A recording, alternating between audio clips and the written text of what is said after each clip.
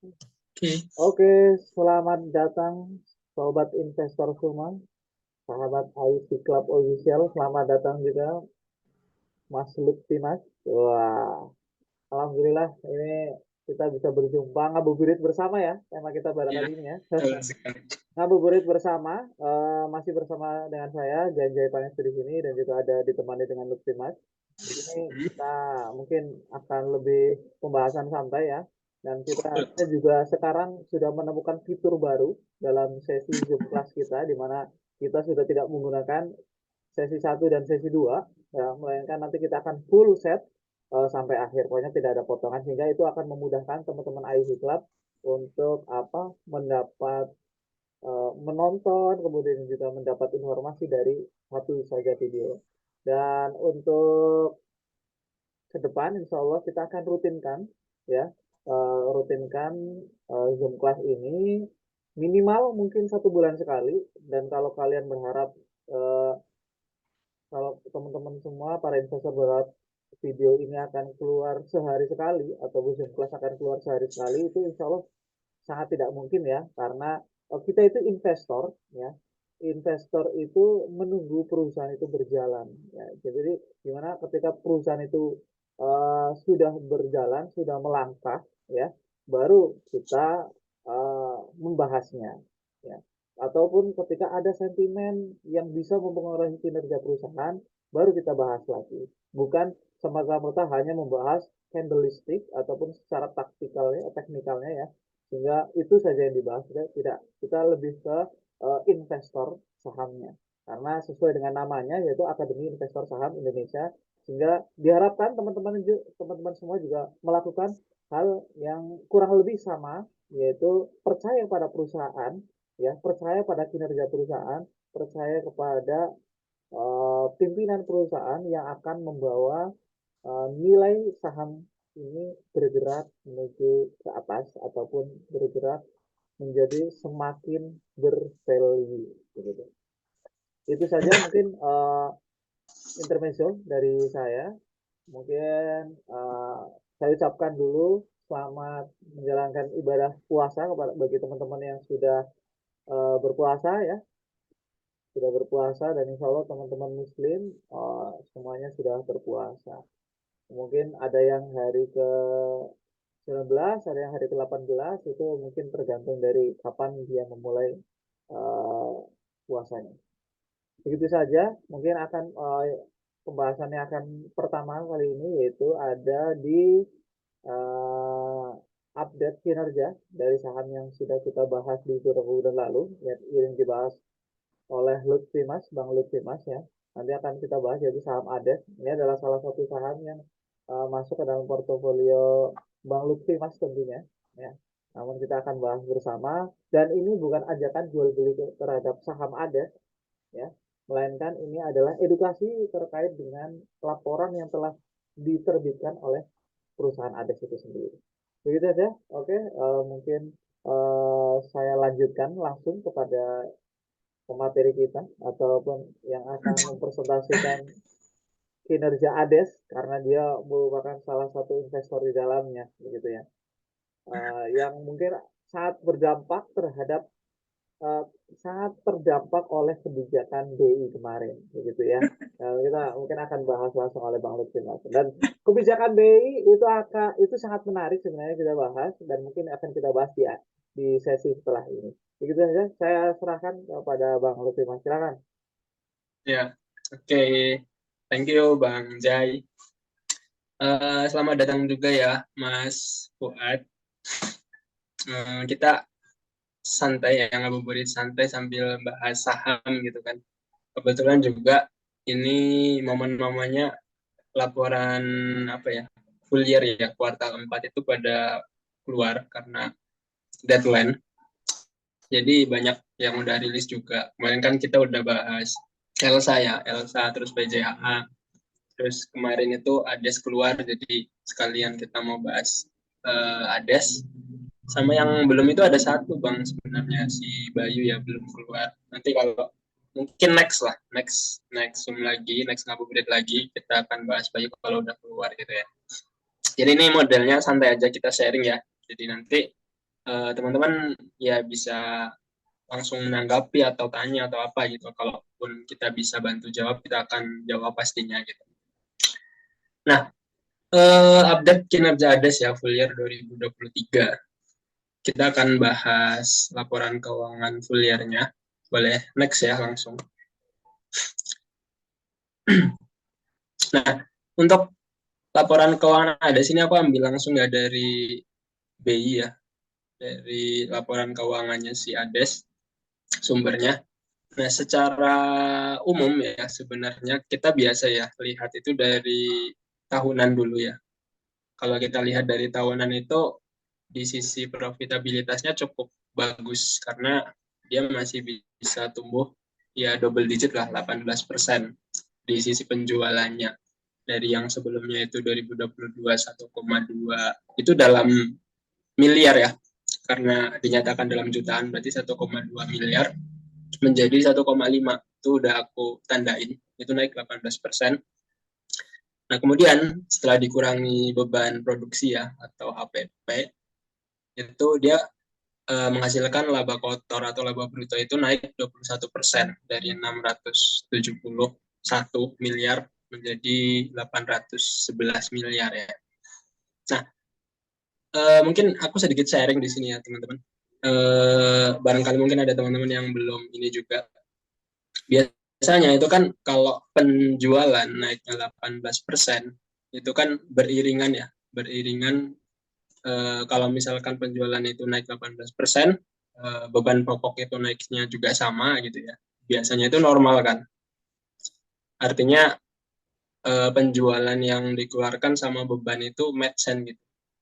Nah, kalau yang terjadi sama ada sini dia si laba bruto atau apa namanya laba kotornya itu naiknya lebih signifikan.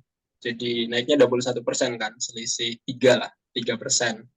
Nah, itu artinya ada efisiensi gitu di beban pokoknya gitu kan. Karena normalnya itu biasanya kalau penjualan naik 18%, ya harusnya laba kotornya naik 18% juga gitu kan. Kayak misalkan produksi nih, ada kan produksi minuman ya, misalkan ya minuman 10 gitu kan. Nah, berarti kan biaya pokoknya itu harusnya 10 juga gitu kan. Kecuali kalau misalkan ada peningkatan biaya bahan baku gitu kan. Kalau misalkan yang terjadi itu ternyata laba brutonya itu lebih tinggi, berarti kan ada efisiensi gitu di bahan bakunya, biaya bahan bakunya gitu. Jadi artinya yaitu suatu hal yang positif lah kalau teman-teman menemukan ya hal ini terjadi di perusahaan yang teman-teman invest gitu ya. Ini teman-teman bisa terapkan juga. Nah, kemudian yang menarik itu setelah dikurangi beban produksi gitu ya sampai ke bottom line, istilahnya itu laba bersih. Jadi laba yang udah benar-benar dikurangi. Kalau laba kotor kan dia itu baru dikurangi beban produksi ya. Nah, kemudian kan habis itu harus dikurangi kayak biaya operasional lagi tuh kayak pemasaran, terus apa namanya biasanya ada pajak, terus ada biaya keuangan kalau misalkan si perusahaan itu punya utang ya dalam bentuk bunga gitu. Nah, baru setelah itu ketemulah tuh laba bersih yang benar-benar itu udah fix gitu bersih. Nah, kalau saya ada sini, laba bersihnya di tahun 2023 itu naik 8,4% dibandingkan 2022-nya. Jadi 2022 itu 365 miliar, di tahun 2023-nya itu 396 miliar itu ya, yang paling bawah. Nah, kenapa aku bilang menarik? Karena biasanya gitu ya, biasanya ketika terjadi efisiensi ya di laba apa namanya di laba kotor ya, harusnya si laba bersih ini naiknya juga lebih signifikan gitu. Nah, ini yang terjadi malah sebaliknya gitu. Jadi dia naiknya cuma 8,4%, padahal penjualan itu naik 18% kan. Nah, ternyata gitu kalau kita misalkan teliti lebih lanjut, ada beban yang meningkat gitu ya di bagian beban operasionalnya. Nah, itu aku sudah lingkarin juga. Aku udah tandain ya naik 49%. Nah, itu naiknya ya 49% itu naik yang cukup signifikan lah bisa dibilang gitu. Nah, itu ada di total beban penjualan. Nanti kita akan lebih dalam lagi ya di slide selanjutnya. Nah, dari kinerja di full year, nah kita bisa dapat nih di bagian kanan ROE-nya itu dari 27% di 2022 ini turun jadi 23% ya. Tapi ya masih cukup oke lah kalau menurut aku sih, di atas 20% itu ya cukup jarang lah perusahaan yang bisa menghasilkan ROE segitu gitu. Biasanya kan perbankan ya, dan bisa menghasilkan seperti itu dan konsisten itu ya cukup jarang gitu. Nah, di sini salah satu yang bisa sustain gitu. Nah, kemudian gross profit marginnya juga dia ada kenaikan 1% ya, dari 52% menjadi 53% gitu. Jadi karena memang tadi ada efisiensi kan di bagian beban pokoknya gitu. Nah, tapi di NPM-nya itu turun ya karena seiring dengan tadi beban operasional ya, beban operasional penjualannya yang meningkat gitu. Nah, secara valuasi ya, kita sekarang ngomongin valuasi ADES yang sekarang, kalau kita lihat itu dia sekarang kan di harga 9.100 setelah turun cukup dalam itu ya Bang, dari saat ada skema baru dari BI ya. Nanti mungkin akan dibahas oleh Bang Jair untuk skema yang baru rilis ini, sehingga ya cukup berdampak gitu bagi saham-saham yang ada notasi khusus gitu. Si ADES ini kan dia ada notasi khusus ya. Nah, itu di harga 9.100 ada situ pernya itu 13,6 kali. Ya 13,5 lah, 13,5 ya. Nah, kemudian PBV-nya itu 3 kali. Memang kalau kita bandingkan dengan tahun 2022 itu naiknya sangat signifikan. Karena ya kinerja ADES di 2000 di 2 tahun ke belakang lah, 2021, 2022 itu ya bisa dibilang lagi growing-growingnya gitu. Lagi growing-growingnya. Ya, jadi kenaikannya sangat signifikan gitu ya.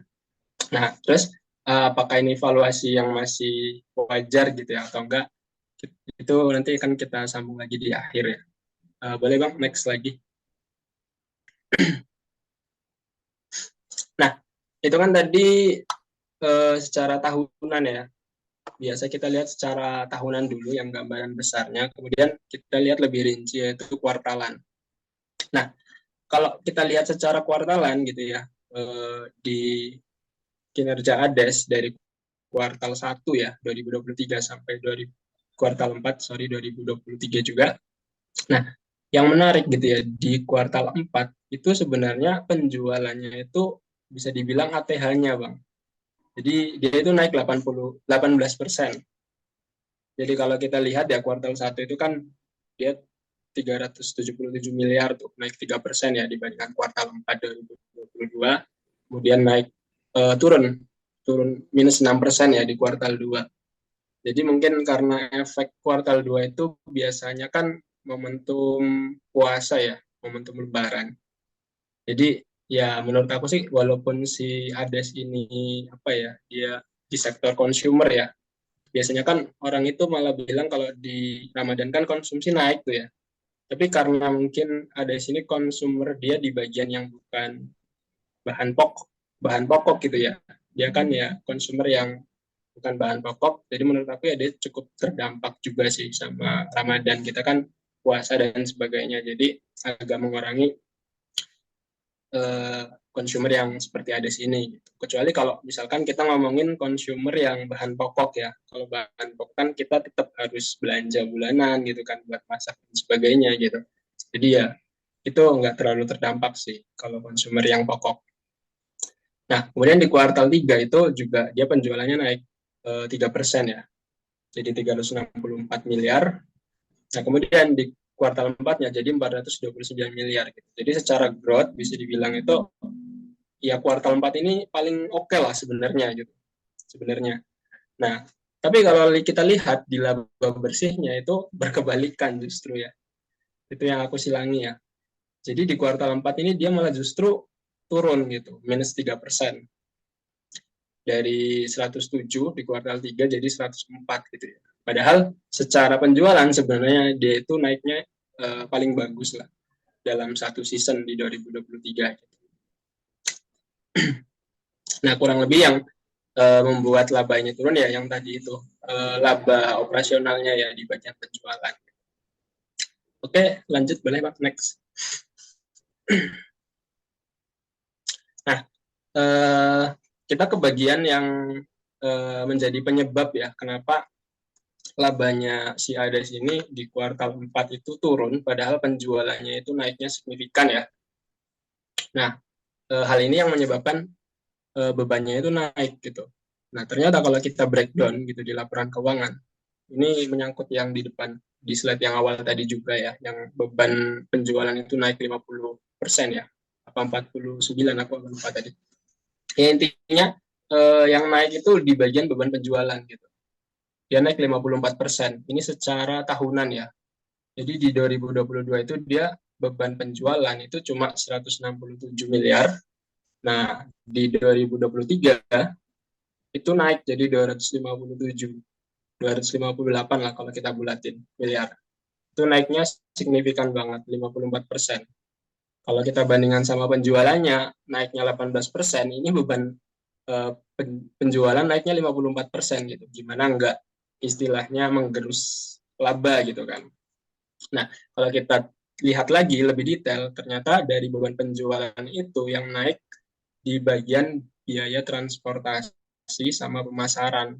Yang mana transportasi itu naik 64% ya, dari 43 miliar jadi 71 ya, atau 72. Kemudian di pemasaran itu dari 22 miliar jadi 71 miliar, itu naik 2 kali lipat lah, 200%. Jadi itu naiknya udah enggak hal yang wajar lagi sih sebenarnya. Itu naik yang signifikan gitu. Nah, ini yang perlu kita tanyakan gitu kan. Kalau misalkan teman-teman itu holdernya ADES ya, ini yang teman-teman perlu tanyakan gitu. Kira-kira kenaikan biaya ini apakah kan kesimpulannya kita mungkin mengiranya ada dua ya Bang. Kalau misalkan ada pemasaran yang naik itu antara dia itu lagi gencar ya promosi, atau mungkin ada biaya-biaya yang naik gitu kan. Nah, kalau misalkan alasannya itu yang pertama, ya menurut aku oke lah gitu, masih bagus gitu. Karena dia lagi gencar promosinya gitu. Dan biasanya kalau promosi itu kan biayanya itu one time ya. Karena aku juga termasuk kerja di bagian marketing ya, promosi gitu. Jadi biaya promosi itu kalau misalkan kita memang lagi pengen promosi ya pasti banyak gitu kan. Tapi enggak istilahnya setiap bulan gitu kan, atau setiap kuartal gitu. Jadi one time aja gitu, buat mendongkrak misalkan kita lagi punya promo nih, atau punya produk baru gitu kan. Nah, kita gencarin tuh. Tapi di bulan-bulan selanjutnya, ya udah normal lagi tuh biayanya gitu. Nah, ini yang mungkin harus kita perhatikan gitu kan. Apakah biaya marketing ini yang naik signifikan ini bisa terus berlanjut, atau hanya satu kali aja gitu. Kalau misalkan tentunya berlanjut ya itu akan berdampak, akan menggerus laba lagi sih gitu. Takutnya kan seperti itu. Oke, boleh lanjut lagi Bang. Nah, eh, itu tadi secara tahunan ya. Kalau kita lihat kan biaya pemasarannya itu naik. Nah, kalau kita lihat secara kuartalan itu sebenarnya eh, beban itu naik, beban pemasaran itu naik itu di kuartal 4 2023. Jadi itu kan totalnya 115 miliar ya, total biaya apa namanya penjualan, beban beban penjualan.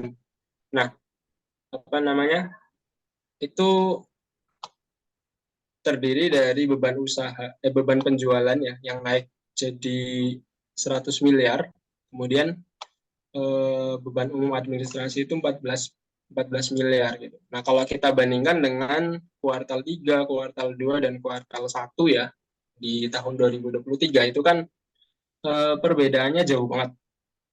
Biasanya itu dia di angka 50 sampai ya 60 lah, 60 miliar ya.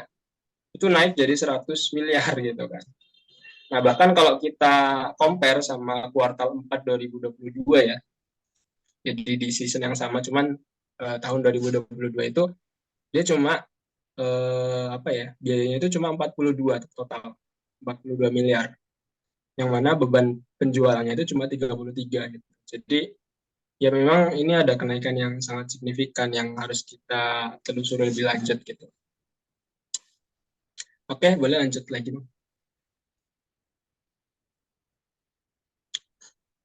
Nah, kenapa kita harus nanyakan ya kenaikan dari apa namanya beban penjualan itu, karena sebenarnya gitu ya, kalau teman-teman yang ngikutin story-nya si Ades ini, salah satu kunci dari kenapa ya Ades itu bisa growth dalam beberapa tahun ini tuh yaitu tadi dia itu ngekat biaya pemasaran ya.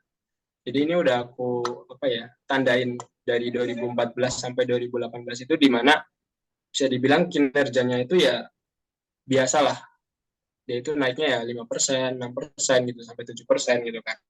Nah, kalau kita bandingin sama dengan biaya penjualannya ternyata itu dia cukup besar gitu. Di angka 170 gitu ya, 140 gitu kan. Kemudian paling tinggi itu 298 tuh di 2016. Itu biaya pemasarannya besar banget. Nah, kemudian di 2019 ke sini ya, tahun 2019 sampai 2022 lah katakanlah, walaupun ada COVID di situ, itu kan dia tuh diakuisisi sama perusahaan kalau nggak salah Singapura ya, Sophos atau apa gitu namanya, Sophos Ltd. Nah, pada saat setelah diakuisisi sama si Sophos ini, dia itu mulai nih efisien. Teman-teman bisa lihat tuh di kolom yang warna hijau. Itu kan beban penjualannya itu cuma ya di 2019 lah masih 200 miliaran lah, 210. Kemudian di 2020 itu 98, kemudian 2021 itu 111 sama 167 gitu kan. Nah, sehingga membuat ya growth-nya ada sini jadi double digit tadi itu di angka 20% gitu ya, 28% gitu kan secara net profit marginnya gitu ya, sama ROE-nya kalau teman-teman lihat itu ya sampai 27% gitu. Jadi memang itu sangat berdampak banget gitu ya, walaupun apa namanya ada satu alasan lagi yaitu growth segmen kosmetiknya ya, yang sekarang itu udah 50% lah yang menjadi kontribusi dari pendapatan ADES gitu kan. Karena di tahun-tahun sebelumnya itu ya dari growth segmen kosmetiknya paling 30%, 20% 30% gitu. Jadi masih penopang utamanya ini ya di segmen F&B-nya gitu. Nah, yang terjadi di tahun 2023 ini itu justru istilahnya kayak kembali kepada saat beban pemasarannya si Ades ini ya lagi gede-gedenya gitu kan. Jadi totalnya itu teman-teman bisa lihat sendiri 258 ya. Itu biaya penjualannya gitu. Jadi ya makanya membuat kinerja Ades di 2023 ini ya agak sedikit ya bisa dibilang kurang growth banget lah, karena dari sebelumnya itu dia bisa cetak double digit ya, sekarang cuma sekitar 8% gitu kalau nggak salah ya. Oke, lanjut dong, boleh. Serak juga ya. Minum. Iya, pengennya minum nih Pak, biasanya pengennya minum biasanya NPL ya. kalau biasanya kalau Zoom kelas IC Club malam itu pasti ada kopi ya. Iya, biasanya sambil minum loh, sambil Sambil minum teh, klaim. sambil teh. Desa, desa. Dukanya Ya, desa. ini ada investor desa ini. Ini ada investornya teh desa ya.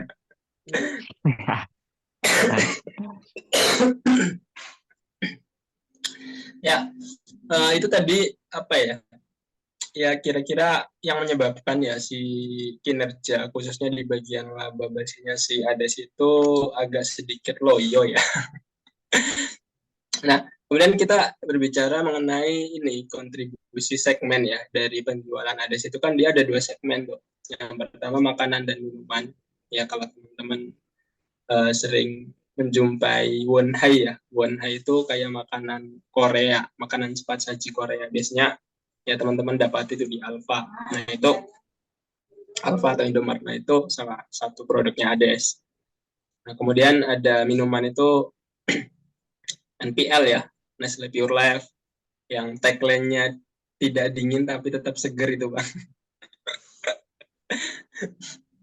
Nah kemudian ada apa namanya susu apa ya, susu kedelai, terus ada susu pisang itu. Nah, kemudian ada produk kosmetik kalau teman-teman jumpai juga Itu produknya namanya si apa namanya? Makarizo ya.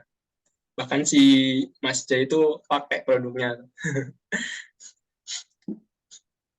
Nah, dari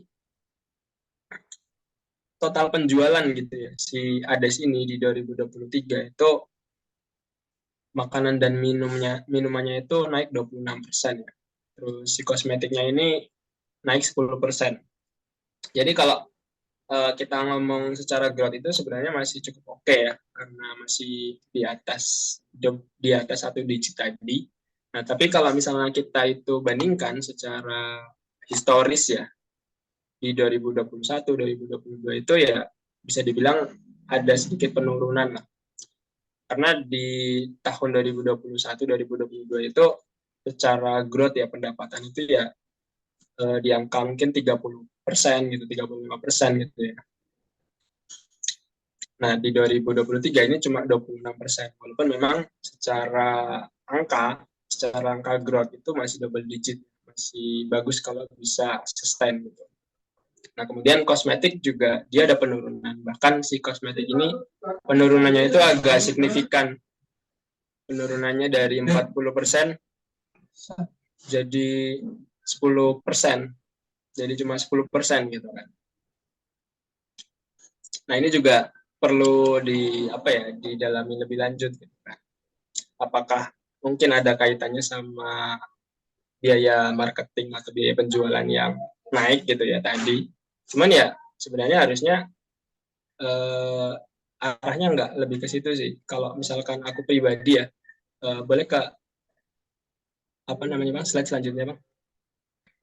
Kalau aku pribadi sih sementara apa namanya, oh berarti udah ya, berarti yang tadi aja deh sebelumnya. Nah kalau aku pribadi sih mengiranya ya, kenapa marketingnya itu lagi gencar gitu ya. Sementara ya, perkiraan sementara itu karena si Ades ini kemarin itu ya di tahun 2023 itu ada ngeluncurin beberapa produk baru gitu, kayak makanannya yang Bonhei-nya itu, kemudian ada minuman vitamin gitu kan. Jadi menurut aku mungkin ada kaitannya dengan itu gitu. Karena ada produk baru sehingga marketingnya itu ya digencarin gitu kan. Nah, cuman yang aku agak kesulitan mendeteksi itu ya, kan sebenarnya di segmentasi apa namanya penjualan Ades itu dia itu nyantumin, misalkan pendapatan dari makanan dan minuman itu berapa ya, kemudian ada beban penjualan, kemudian ada juga beban operasional tadi yang naik. Nah, cuman kalau di beban operasionalnya itu beban penjualannya itu si Ades nggak nyantumin loh.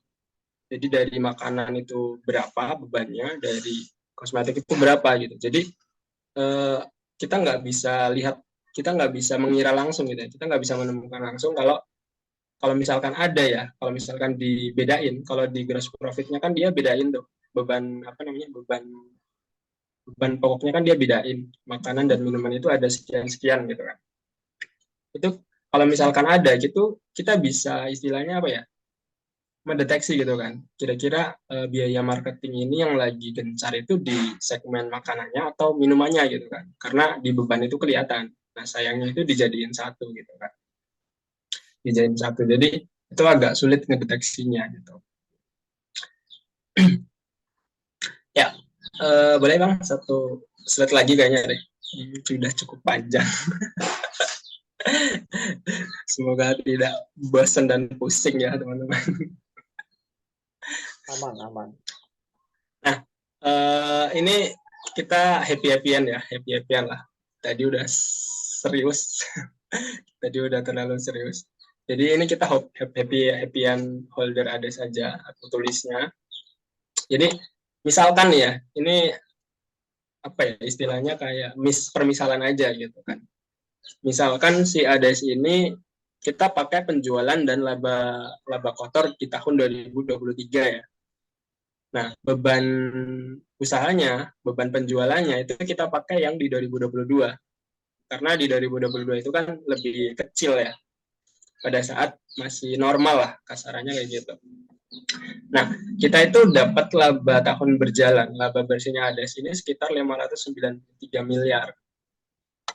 Jadi itu naiknya kira-kira kalau dibandingkan tahun kemarin itu 50%. Anggapannya kalau biaya penjualan itu nggak naik gitu ya. Nah, berarti gitu kalau kita bagi ya laba 593 miliar dibagi lembar saham ADES yang 590 juta itu yang kena notasi khusus BI. Nah, itu kita dapat IPS ADES itu di 2023 itu 1005 ya. Nah, artinya itu pernya itu 9 kalau di harga 9.100 tadi ya, Bang. Nah, anggaplah gitu ya, anggaplah si per wajar si ADES ini 13 sampai 15 kali. Jadi biasanya kan kalau kita lihat perusahaan-perusahaan consumer ya, itu kan pernya tinggi-tinggi banget ya.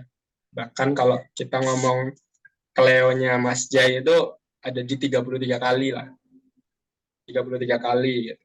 Terus ULTJ itu 18, terus ICBP itu ya sekitar 19 atau 20 lah.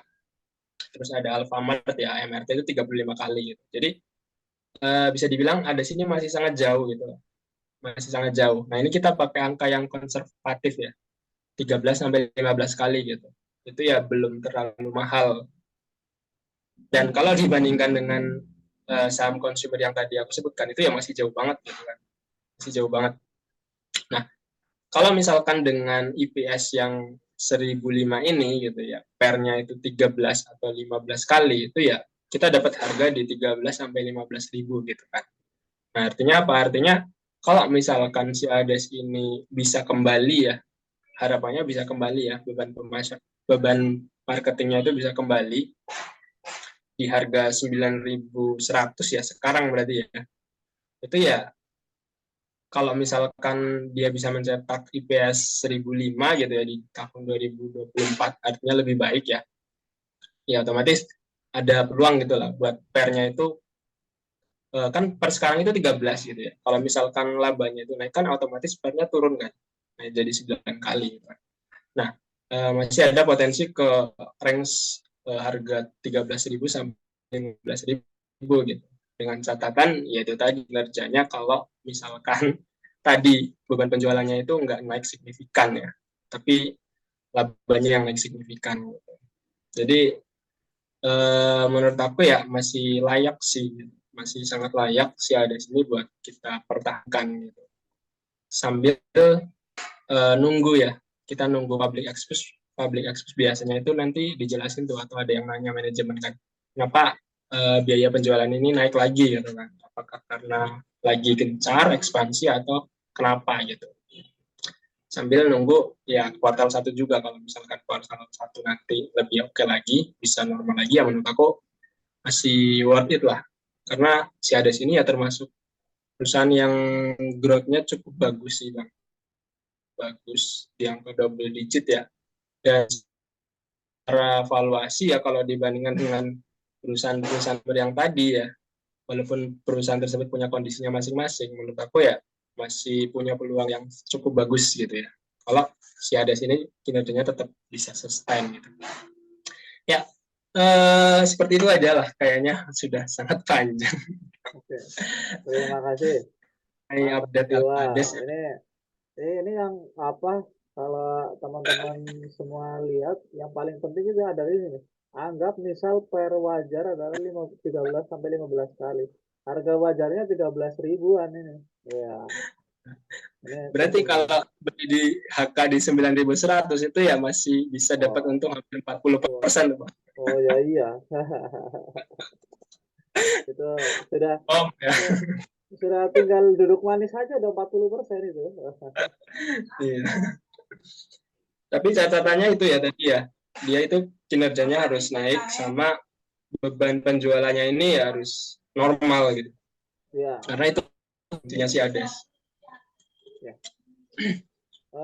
Mungkin saya sedikit menanggapi ya terkait dengan laporan keuangan ADES. Yang tadi kalau dilihat itu kan ada di akhir kuartal itu kan dia memang bebannya tinggi ya karena beban pemasaran, toh.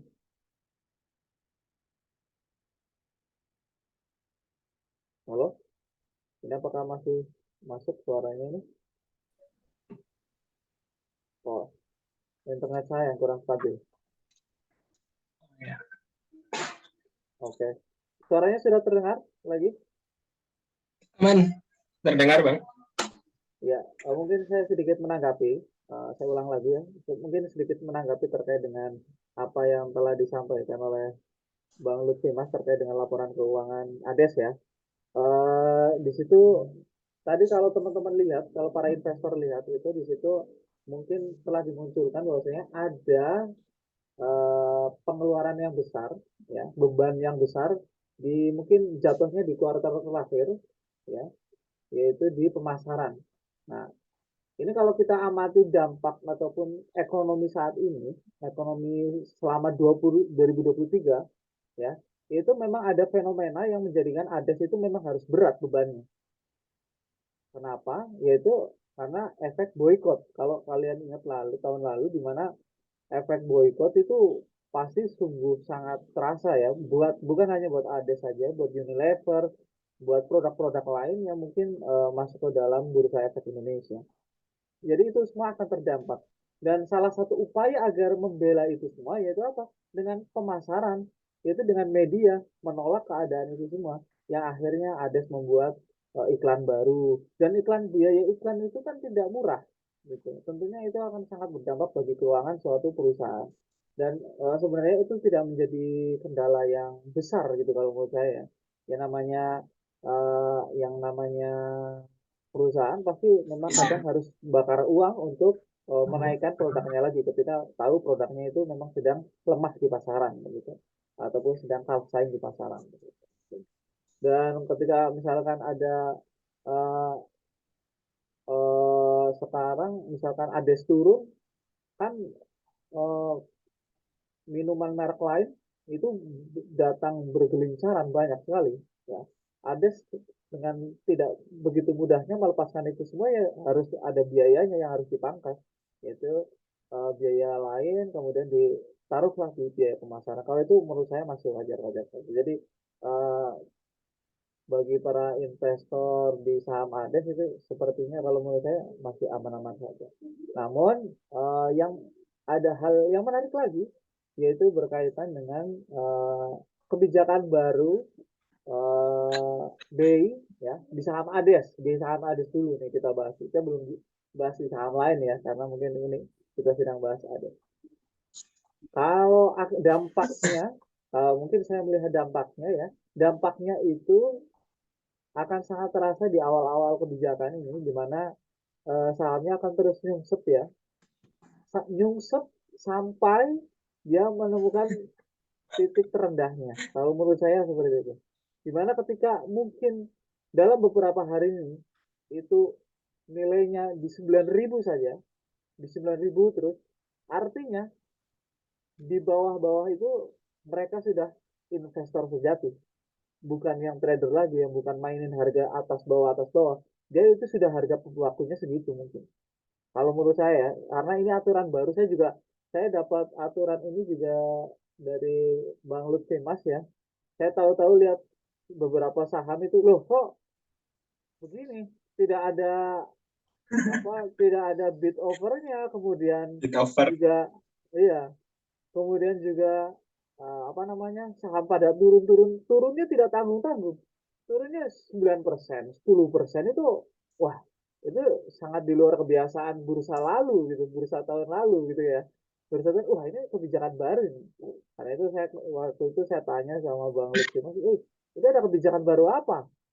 ini saya belum paham karena mungkin prinsip saya dalam beberapa tahun ini yaitu untuk lebih ke investasi ya investasi jangka panjang dan jangka menengah jadi tidak yang setiap hari memantau apa kebijakan bursa begitu tapi dengan melihat kebijakan bursa saat ini memang sangat akan mengacaukan untuk yang terkena dampaknya salah satunya ADES ya yang tidak bisa lagi kita lihat bid overnya dengan ketika kita lihat bidnya lagi banyak overnya banyak kita bisa putuskan untuk masuk ataupun keluar tapi untuk saat ini tidak bisa sehingga nanti akan terbentuk harga bakunya kalau menurut saya sehingga itu menguntungkan sebenarnya bagi para investor kalau menurut saya.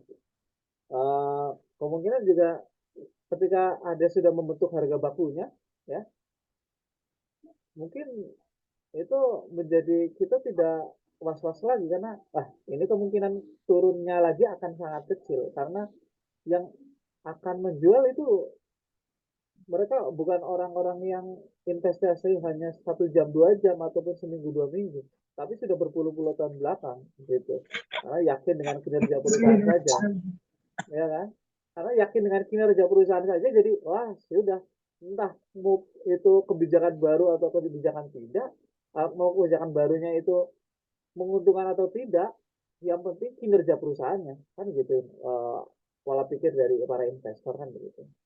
Namun bagi para trader, bagi para investasi jangka sangat pendek, ya di saham-saham yang seperti itu sangat merugikan kalau menurut saya.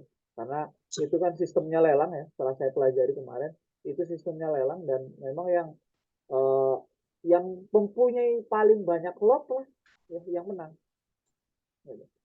Itu dan itu kita kan tidak tahu ya lot kita dengan lot siapa itu lebih besar mana. Yang kadang kita tidak bisa menjual di harga itu karena lot kita tidak sebanyak mereka, gitu kan. Dan akhirnya itu akan jadi berdampak. Dan itu tapi sebenarnya saya menyikapi hal itu sebenarnya sangat bagus ya, sangat bagus untuk mengetahui nilai sahamnya. Namun akan berdampak buruk untuk ke depannya kalau menurut saya sendiri. Karena akan banyak orang yang sedikit takut investasi di situ. Takutnya kenapa? Takut nggak bisa jual, kemudian juga Betul, apa betul. takut nggak bisa jual, kemudian gelap ya, itu kan perdagangan gelap maksudnya. Karena blank blank semua, tiba-tiba kita beli saham, kemudian juga kita nggak tahu besok sahamnya mau kemana, tergantung siapa yang punya banyak lot, kan kita tidak tahu. Sambil itu, sambil ditampilin boleh. Oh Itu masih ada ya? book overnya ya. Di chart Oh, atau di apa. Ada nggak? oh ya boleh. Ada. Oke, ini Perdagangan gelap. Contoh perdagangan gelap. karena tidak ada kalau ini tidak ada bid overnya ya, jadi saya bingung juga ya. Ya mungkin kak teman-teman pasti udah paham lah ya ketika saya menjelaskan itu. Nah, misalkan di harga 9.000, misalkan ini ya, saya misalkan berandai-andai saja. Di harga 900 ini bertahan karena tidak ada yang mau jual, karena penjualan itu kan sistemnya lelang ya. Tidak ada yang mau jual, dia bertahan di 9.100. Artinya apa? Artinya para investor lainnya, mereka holder semua di area 9.900 ke bawah. Yang itu apa? Yang itu akan sangat menguntungkan bagi kita, ya, bagi kita yang akan masuk, yang baru akan masuk, di mana oh ternyata harga bakunya segitu tuh, tidak ada yang bermain di 10.000, tidak ada yang bermain di itu. Dan suatu saat, insya Allah ya pastinya kalau perusahaan itu amanah, kalau perusahaannya itu berjalan dengan baik, kemudian penjualannya juga meningkat, insya Allah pasti akan ada saatnya dia akan kembali ke harga wajar, gitu. Itu untuk saham ada. Ada beberapa saham juga yang saya sedang amati, ternyata tiba-tiba, loh, kok sama dengan perusahaan yang saya amati, yaitu ada perusahaan masa, tiba-tiba turun 10% kemarin. Saya kaget sekali. Loh, kok 10% ada apa? Oh, ternyata dia masuk ke dalam pantauan BI. Ya, terus turun saja sampai kita tahu bahwasanya harga bakunya di harga berapa, baru nanti kita beli. Gitu. Namun, kedepannya akan sangat berbahaya seperti itu. Ketika para investor akhirnya takut untuk investasi di saham-saham seperti ini. Padahal sahamnya bagus. Saham ADES kurang bagus apa? Minuman hampir tiap hari kita lihat di Alfamart, Minimart, ya Alfamart, Indomart itu kita hampir lihat setiap hari di minumannya, produk kosmetiknya, ya itu banyak sekali. Tapi memang karena ada kebijakan BI sehingga tidak menjadi hal yang memperburuk keadaan saham nilai sahamnya gitu ya. Tapi itu sih kalau menurut saya hanya untuk sementara. Kalau untuk investor jangka panjang ataupun jangka menengah, insya Allah tidak akan berdampak yang signifikan. Justru ini adalah momentum yang baik eh, dalam keputusan untuk membeli ataupun menambah muatan di saham tersebut. Gitu. Ini saya masuk ke IHSG lagi, ya. Seputar informasi IHSG, di mana IHSG kemungkinan menurut saya dalam di pertengahan tahun mungkin akan sedikit mengalami pelemahan ya, menurut saya. Sentimennya bukan hanya berdasarkan dari taktikal ataupun teknikal yang ada, melainkan dari sentimen dalam negerinya saja. Ya, kita bisa lihat gimana suku bunga masih tinggi, kemudian juga itu suku bunga masih tinggi itu kan berdampak ke yang lainnya. Kemudian juga apa cuaca dari negara-negara luar yang mana itu akan berdampak juga di negara Indonesia, kemudian kasus korupsi yang merajalela, yang BUMN nanti akan saya bahas, ya, itu kondisinya akan sangat mengacaukan harga saham gabungan, ya. Walaupun tidak akan sampai runtuh ataupun tidak sampai hancur, tapi itu adalah momentum yang tepat kalau menurut saya untuk tambah muatan kita, ya. Namun untuk saat ini ya saya juga masih berharap ya, dan saya yakin masih berharap juga bahwasanya IHSG akan sideways, ya, sideways beberapa bulan, mungkin atau beberapa pekan ini. Nanti itu kita gunakan momentumnya untuk tambah muatan ataupun uh, kita masuk ke dalam sebuah emiten yang sudah kita pantau. Jadi ketika orang-orang mulai pada beli, jual, kita di situ mulai beli, ya. Ketika orang sudah mulai beli sampai naik, kita baru jualan di area situ. Kemudian itu berkaitan dengan ISG, ya, karena dampaknya sangat luar biasa sebenarnya kalau kita bahas. Itu dampaknya luas, kemudian juga prospeknya juga lumayan menarik. Kenapa lumayan menarik? Karena nantinya kemungkinan untuk sesuai dengan hasil keputusan KPU saat ini, ya, itu adalah kemungkinan akan ada pembangunan IKN. Nah, pembangunan IKN itu membutuhkan dana yang sangat besar, ya, dan itu menjadi perbincangan yang menarik terkait dengan pembangunan IKN. Kemudian sektor yang sudah kita bahas, yang sudah kita pegang sejak tahun 2022, yaitu adalah saham CAS, Hardik Aero Service. Ya. Itu sudah kita pegang sejak tahun 2022, sudah lama sekali. Ya. Ya, kalau kita lihat ya, bisa kita lihat nih di layar. Nah, ya, 2022 kita pegang di antara 300 sampai 400, ya. Di 2023 masih stagnan, kita tetap yakin dengan kinerja perusahaannya. Di 2024 kita sampai di titik mungkin di titik 120%. Itu sungguh sangat luar biasa, ya. Jadi teman-teman semua Sangat worth ingin it saya banget ya. gimana? Sangat worth it. Sangat worth it lah. Gimana investasi kita hanya tinggal modal tidur, ya. Dengan modal tidur dan uang yang ada tiba-tiba sudah bertumbuh 120%, gitu ya, begitu, ya.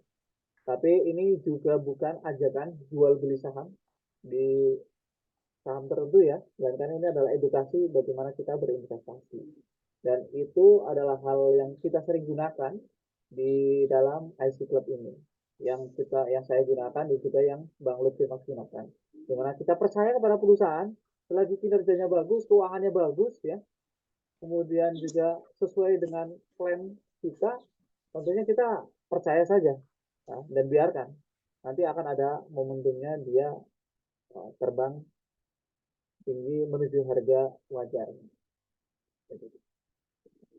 Itu sedikit yang saya bahas tentang saham SAS. Kemudian kemarin yang sudah sempat Bang Lutfi bahas, yaitu saham bukan sentimen dari gold ya. Gold ini Bang Lutfi Mas juga sudah mencopet ya, mencopet dari saham-saham dia Harta. ya, karena Bang Lutfi Mas dan saya itu memang dulunya pencopet handal ya. Dulunya kita adalah trading jangka sangat singkat, jadi kita paham oh kapan ini kita harus mencopet begitu ya. Jadi setelah itu, tapi ini tidak untuk ditiru sebenarnya ya. Yang perlu ditiru adalah bagaimana investasi kita ke saham-saham yang memang kita fokuskan ke investasi, begitu. Itu yang perlu ditiru. Kalau copet mencopet begini mungkin ya itu kalau kalian mencoba iseng-iseng silahkan lah. Ya tapi mainlah dengan uang yang santai, dengan uang yang kalian full fokus investasi digunakan untuk seperti itu. Sepertinya kalau menurut saya kurang bijak, begitu. Itu dan saya juga kadang masih suka mencopet-copet ketika memang dapat momentumnya gitu ya, karena mungkin eh, kadang wah ini bisa nih sebenarnya gitu, jadi kadang masih suka hal-hal seperti itu, tapi itu sangat tidak baik untuk investasi jangka panjang. Dan untuk gold sendiri ya, yang kita tahu ketika keuangan melemah gold akan meningkat ya, ketika keuangan stagnan gold akan terus meningkat. Namun peningkatannya tidak setajam dengan keuangan tentunya, tapi akan terus meningkat, dan ini menarik bagi pemilik-pemilik saham gold ataupun saham-saham yang berada di area tambang begitu ya. Berbicara mengenai tambang, ini ada hal yang menarik ya, yaitu ada kabar di mana BUMN kita ya itu telah dikorupsi 120 triliun. Wah, itu uangnya kemana saja? Bagaimana kalau kita dibagikan 1 juta saham 1 juta saja ke tiap-tiap orang di Bursa Efek Indonesia itu sepertinya masih muat itu. Orang Bursa Efek Indonesia itu masih 12 jutaan, hanya 10-12 juta mungkin orang. Itu dengan 1 juta aja Iya. 120 triliun ya, dari mana coba? Dan Iya. uh, Jadi naik ya bang. uh, ya. Dan pertanyaannya adalah apakah kalian yakin di saham BUMN lain itu tidak seperti itu? Nah, itu adalah pertanyaannya. Saya sering ditanya sama Bang Lutfi, Mas, apa tidak seyakin itu dengan BUMN? Iya, memang saya tidak seyakin itu dengan BUMN. Entah kenapa, ya. Karena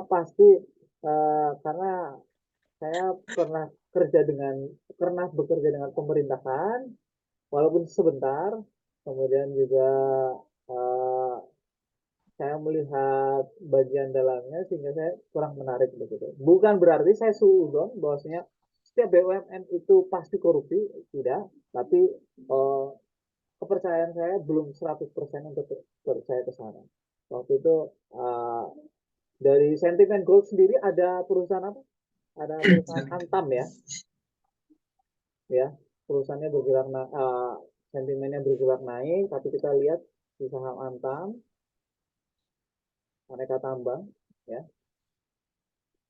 aneka tambang, wah kita berbicara emas, tapi wah, emas mana, emas mana, emas Antam, wah gitu. Oke, emasnya bagus, oh iya bagus, tahu tren-trenan juga bagus, dimana banyak orang yang tren pakai jual beli Antam gitu, pasti kemudian juga banyak orang-orang yang berjualan Antam sendiri, yang emas logam murni untuk investasi dan lain sebagainya. Tapi untuk kalau di sini kita kan bukan berinvestasi pada produk ya, kita berinvestasi pada perusahaan. Nah, ini yang perlu dibedakan. Produknya bagus sekali, tapi kinerja perusahaannya tidak berjalan sesuai dengan apa yang kita inginkan. Perusahaannya tidak jujur, orang-orangnya di dalamnya tidak jujur, perusahaannya merugi terus. Lalu buat apa kita berinvestasi di perusahaan tersebut?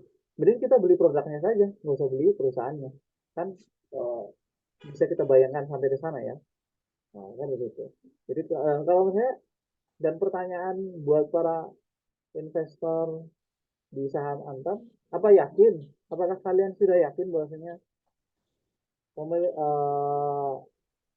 saham BUMN ini memang sudah sejujur apa yang kalian harapkan? Nah, begitu. Itu pertanyaannya saya.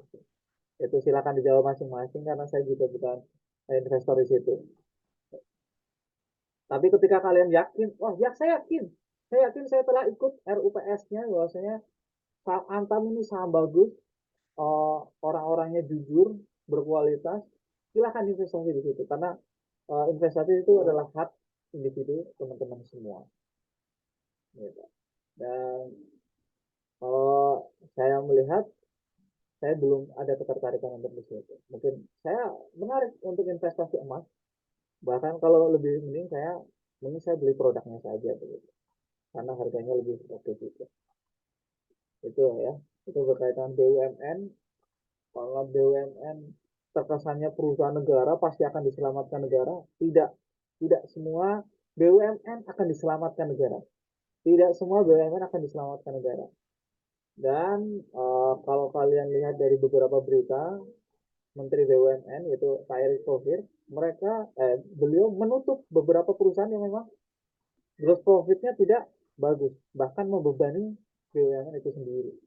Nah, jadi perlu kita perhatikan bahwasanya BUMN itu ada yang bagus, ada yang tidak, dan cukuplah kita masuk kepada saham-saham yang bagus saja. Dengan kita mengetahui saham yang tidak bagus, itu adalah salah satu langkah awal kita dalam menentukan saham yang bagus.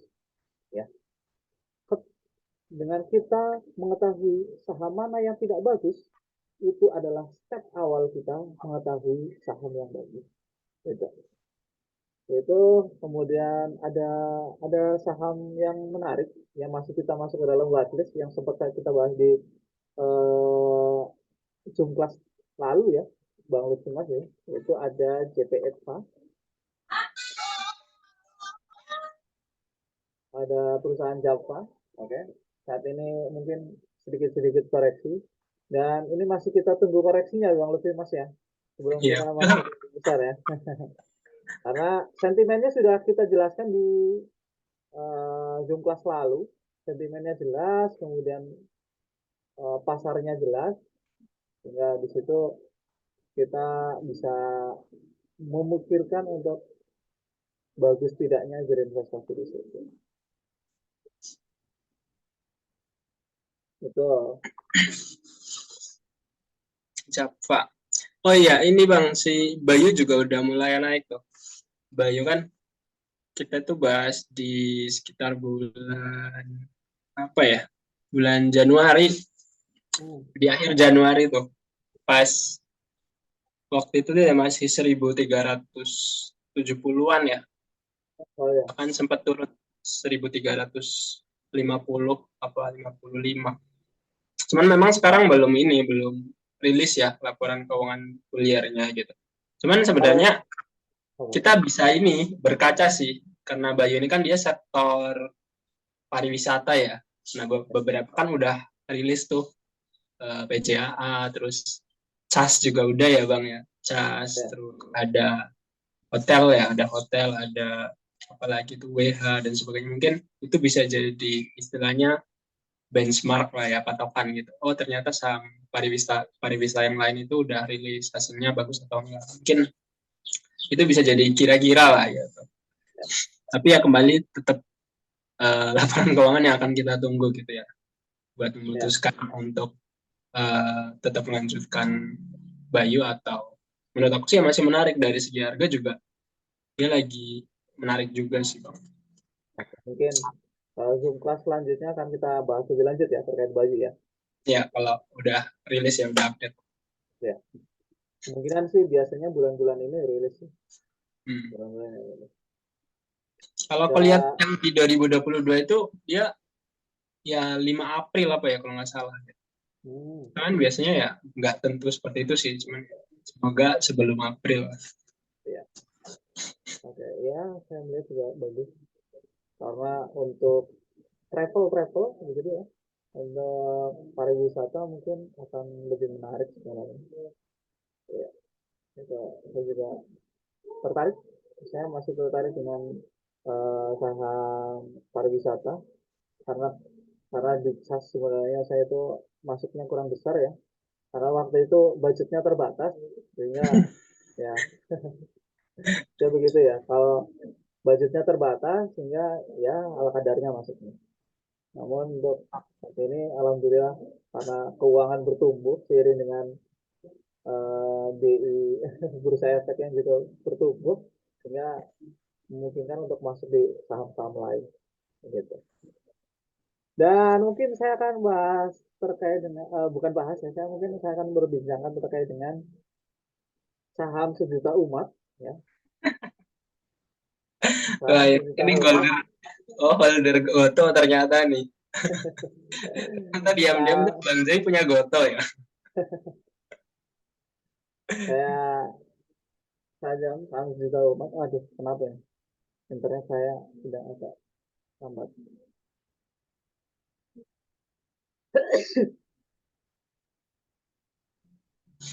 Goto. Ya, saham Goto. Saya suka dengan beritanya.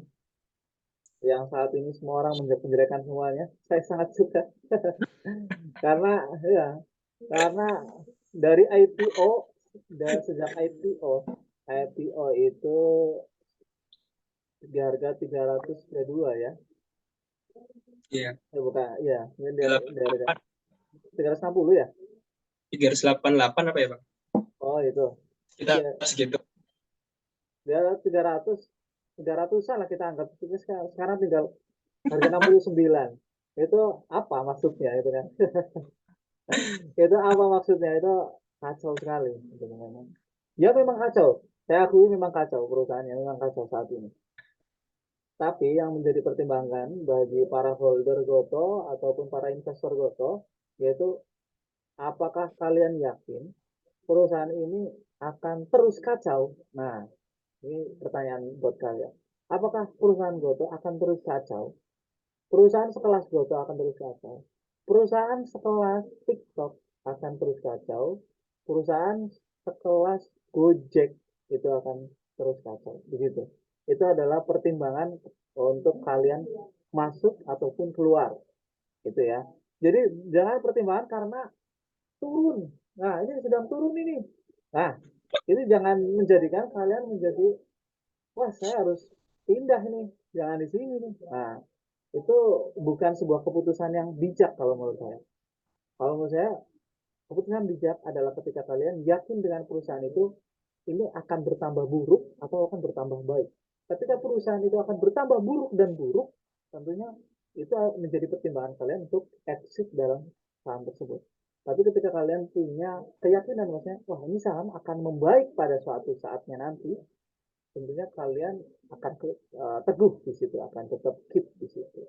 Itu ya. Jadi memang dari kerugiannya besar, kemudian uh, asetnya sekarang berpindah alih tangan, yaitu ke saham TikTok, kemudian juga banyak biaya-biaya yang juga masih operasional masih mahal, masih rugi, begitu ya.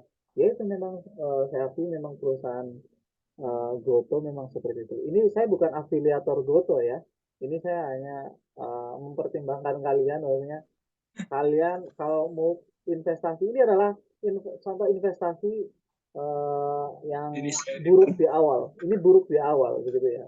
Ini buruk di awal. Kalau biasa kita biasa dengan Lutfi Mas itu kan kita biasa berdasarkan laporan keuangan yang ada dan itu sudah untung. Kita mindsetnya untung, untung, untung, untung, begitu ya. Ini akan bertambah-tambah terus, begitu. Dan sedangkan ini adalah perusahaan Goto yang mana sedang rugi besar. Ya, sebenarnya bukan Goto saja, ada buka, ada beli, sama juga mereka rugi semua. Ya saham-saham seperti itu rugi semua.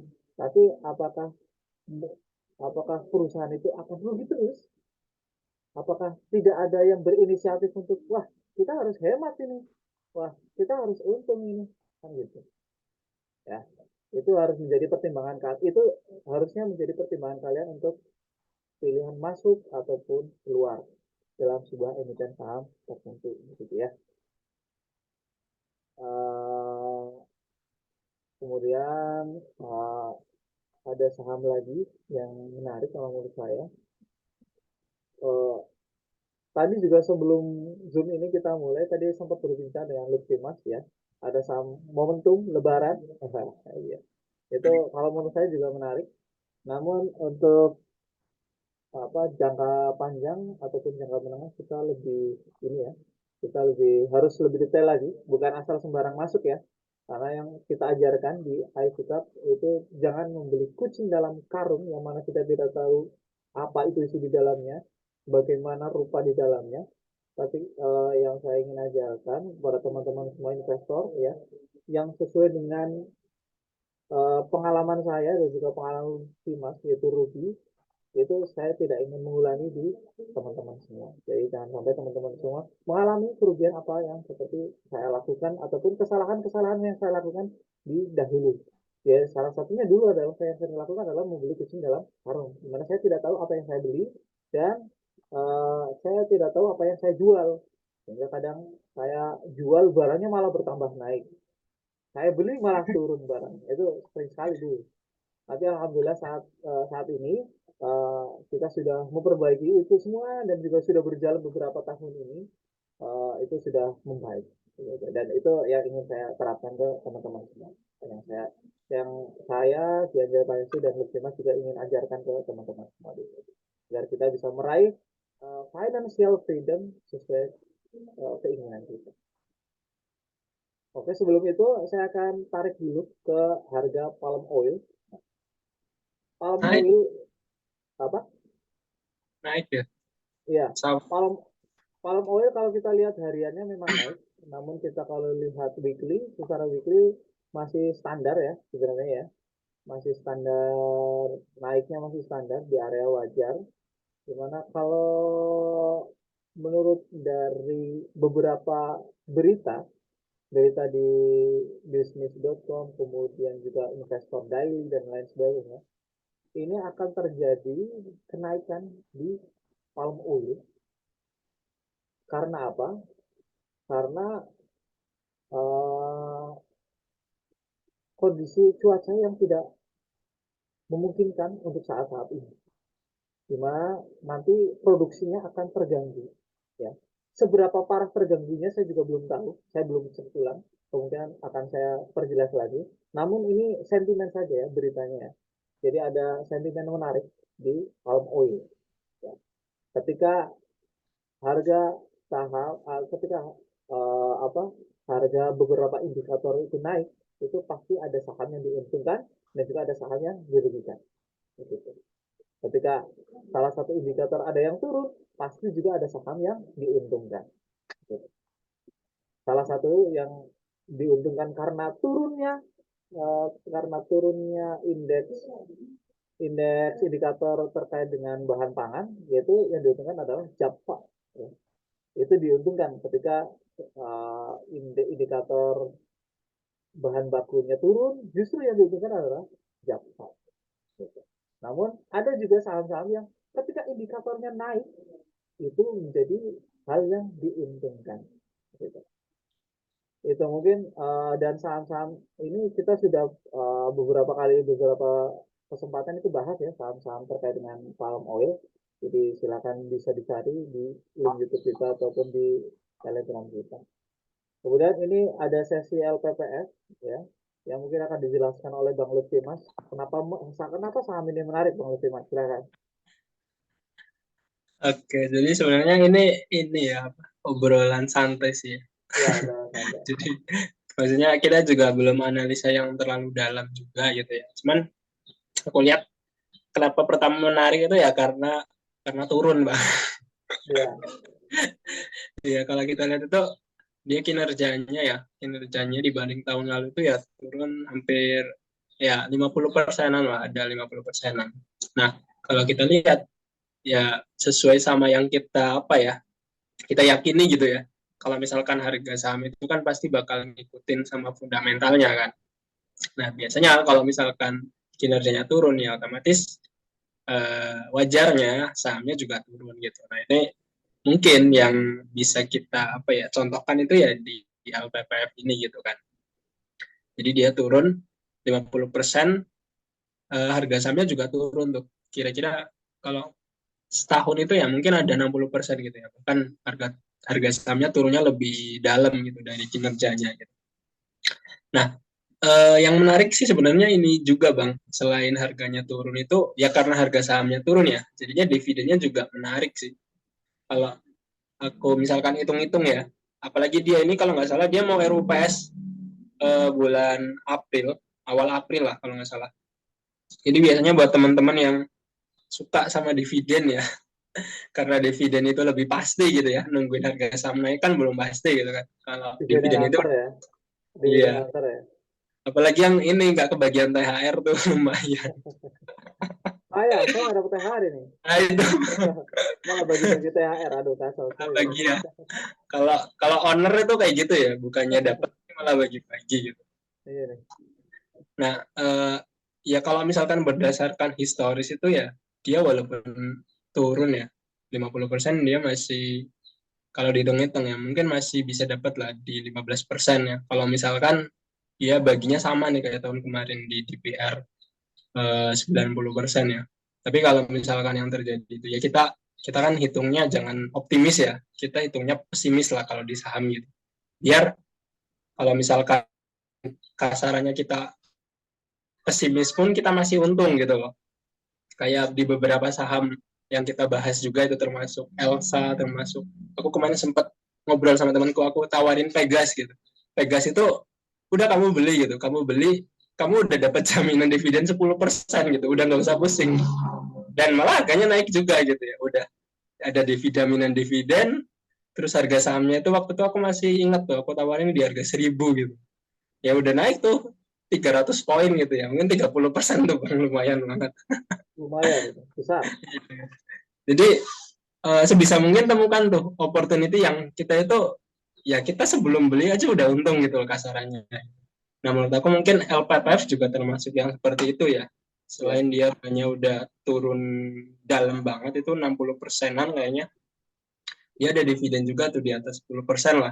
Jadi menurut aku dividen itu bisa jadi backupan gitu kan. Kasarannya mau turun 5%, 6% itu ya ketutup tuh sama apa namanya dividennya gitu. Walaupun memang ada satu hal yang aku agak nggak ngerti ya sama LPPF ini. Ternyata tuh dia ekuitasnya itu turun loh. Kalau teman-teman perhati berapa ya?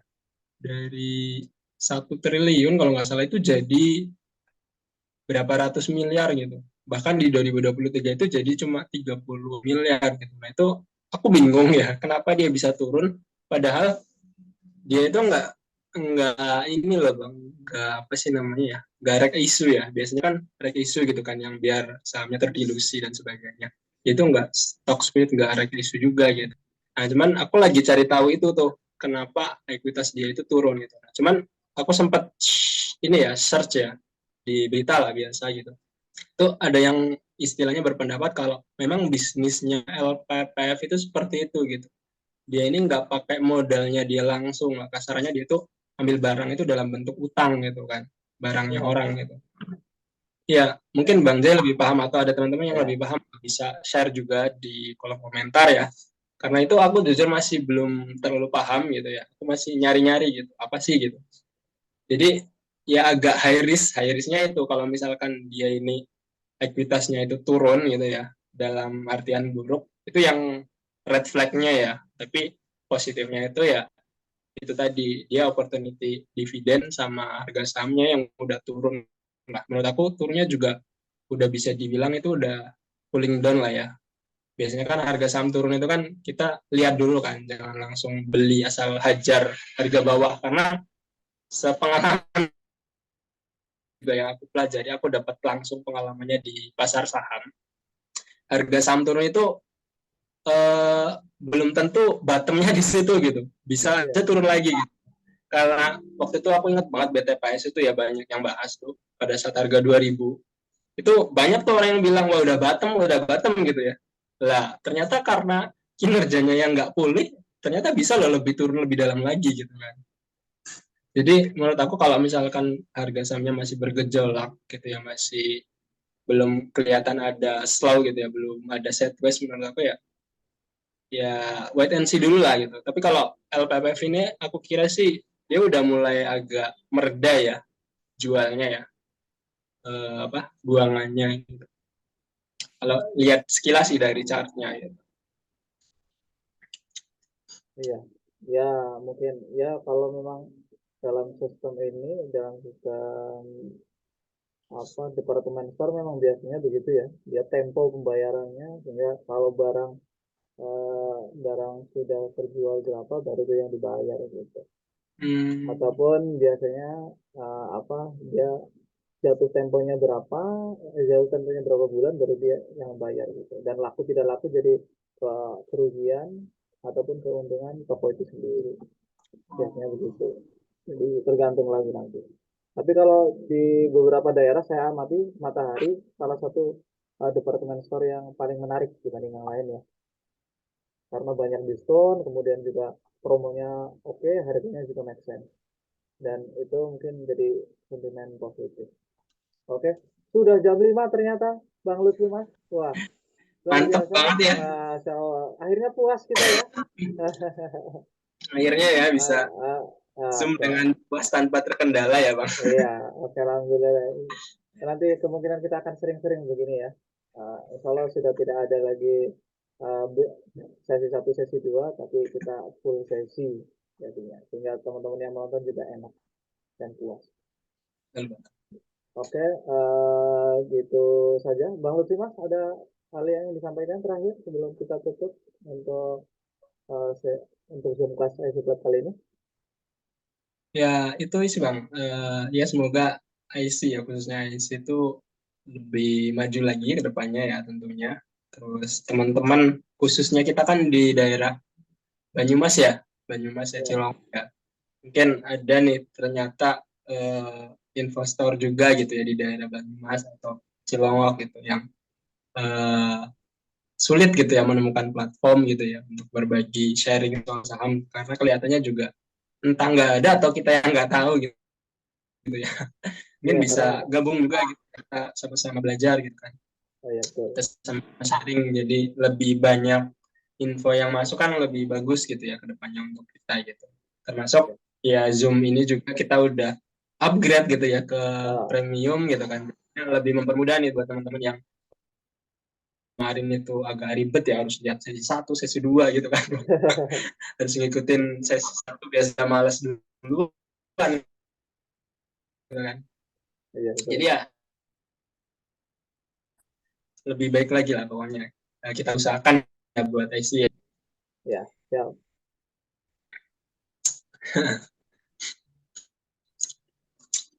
Sudah Bang Lutfi Mas?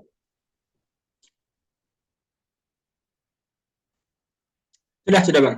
Oke. Begitu saja. Terima kasih sobat investor semua yang telah menonton video ini. Video ini nanti telah mengikuti bergabung bersama kami. Tadi ada Ramadan Fuadi. Kemudian juga nanti kemungkinan akan kita share di YouTube kita, yaitu IC Club Official. Tentunya bisa dilihat di situ. Poin-poin pentingnya bisa diambil. Semoga bermanfaat buat teman-teman semua. Selamat menjalankan ibadah puasa. Dan kalau sempat, kalau mungkin ada momentum yang bagus, nanti sebelum Lebaran kita bisa Zoom class lagi juga bisa.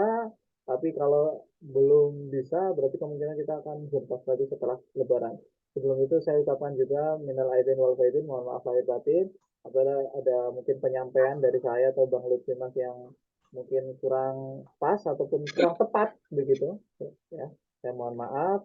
Namun semoga itu semua menjadi kebermanfaat buat teman-teman semua dan kita semua di sini. Itu saja. Uh, Sampai berjumpa kembali di Zoom Class IT selanjutnya. Kemudian jangan lupa komen di kolom komentar YouTube IC Club Official. Itu saja. Terima kasih Bang Lutfi Mas atas waktunya dan Oke. penyampaiannya. Terima kasih teman-teman Ya, Bang. sudah menonton. Saya akhiri. Assalamualaikum warahmatullahi wabarakatuh. Bye bye.